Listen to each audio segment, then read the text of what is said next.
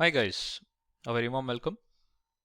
In this demo, we are going to look into some of the S3 features, the functionalities that the S3 offers apart from storing the objects and accessing them. First of all, I'm going to show you how we can host a simple static website using the S3 bucket. Now, static websites can be hosted on the EC2 instance also, but the drawback is that the EC2 instance will be kept running all the time and there will be charges. Whereas if we host a static website on the S3 bucket, we can do the cost optimization. However, S3 buckets do not support the dynamic websites. It only supports the static websites. So to host a static website, first of all, we need to have a unique bucket created to host a static website only, and that bucket name should be matching with the domain name of the website.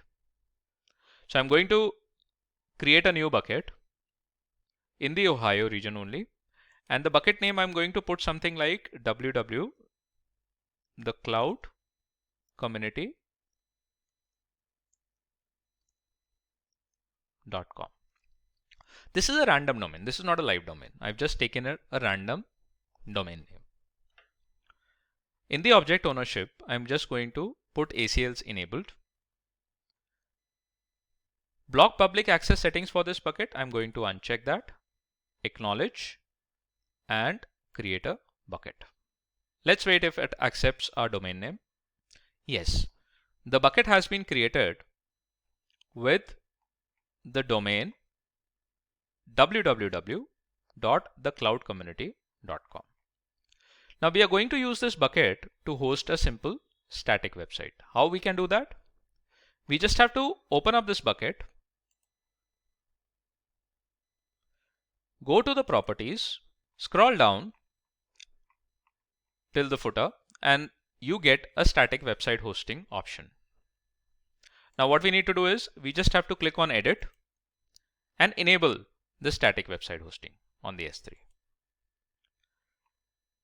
We need to keep the host a static website selected, and in the index document we are going to put our index.html file, which has the main web code. I'll just put the name index.html as the file name. In case if you want to provide the error.html file also, it is optional. You can provide that. Click on Save Changes. And now you would find that in the static website hosting, you get a bucket website endpoint. You have to access the website from this endpoint only. Now, if I try to access this website endpoint, it would return error to me. Why? Because there is no index.html file in the bucket. And that's why I got 403 forbidden, access denied. So what we need to do is, first of all, we have to go to the bucket, and in the objects, under the objects column of a bucket, we need to upload the index.html file. I already have an index.html file created on my local system. I'm just going to upload that in this bucket. So click on add file, and here search for the index.html. Here you get. So here is the index.html file. I'm just going to upload it. Click on upload. And now we have the source file in the bucket. What's the next thing that we are missing? The object that is uploaded, which is index.html file that is uploaded on this bucket, does not have the permissions to be accessed from the public network. So what we need to do, we need to ensure that object level permissions are also granted. So I'm going to open up this file and then go to the object actions, make public using ACL, make public, click on make public, and now I will be copying the static website endpoint URL and accessing it. So I'll move to the static website hosting, get an endpoint, copy to the clipboard, paste it on the browser, enter it, we should get the output. So that is what we have in our index.html file, and we are able to access it from this website endpoint. Now further to it, what I can do is I can connect the static website endpoint with my external domains also, the real-time domain that I'm going to publish for my website, and that can be done using the help of the Route 53 service. So that was the working of the S3 static website hosting service or the feature. And now we are going to see how we can work on the bucket versioning. So bucket versioning is also another functionality offered by the AWS, or the feature offered by the AWS, which may have certain benefits for the users. When you create a bucket, by default, the bucket versioning is disabled. So what you need to do is you have to enable the bucket versioning. Now what is the bucket versioning? We know that the bucket versioning is a concept on the S3 where whenever we upload the object, automatically the version IDs of that objects are created. Let's take an example. Let's say I am working on an Excel file, for example, and then I keep on, or there are iterations that happen on that Excel file on a regular basis. So I don't have to rename the file again and again whenever the iteration happens. What I need to do is I just have to make the changes on the Excel file and upload it on the S3 bucket. Automatically the version ID will be created whenever a new upload happens. Even if the same file also you're going to upload, a new version ID will be created.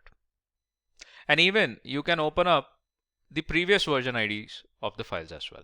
You can open up the previous version of the files as well. All are accessible from the bucket itself. So how we can work on the bucket versioning? We just have to click on edit, enable the bucket versioning, click on save changes. Then in the object, I am again going to upload the same index.html file, assuming that I have made some changes in this file. So I'll click on upload, add a file,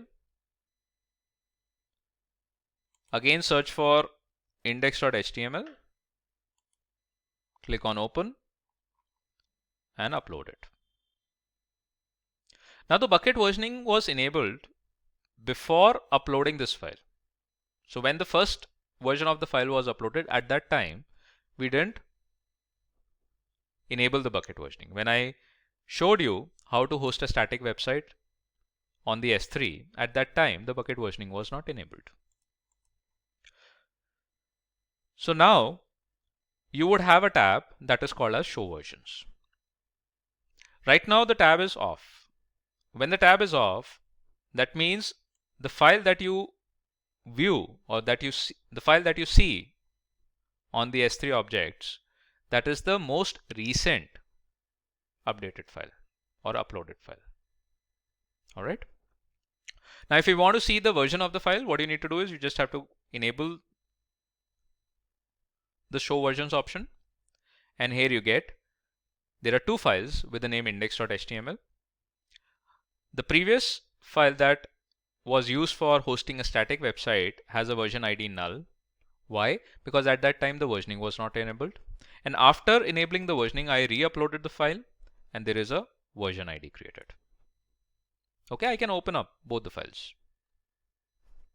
If I disable this option, the file that I can see is the most latest one that was uploaded.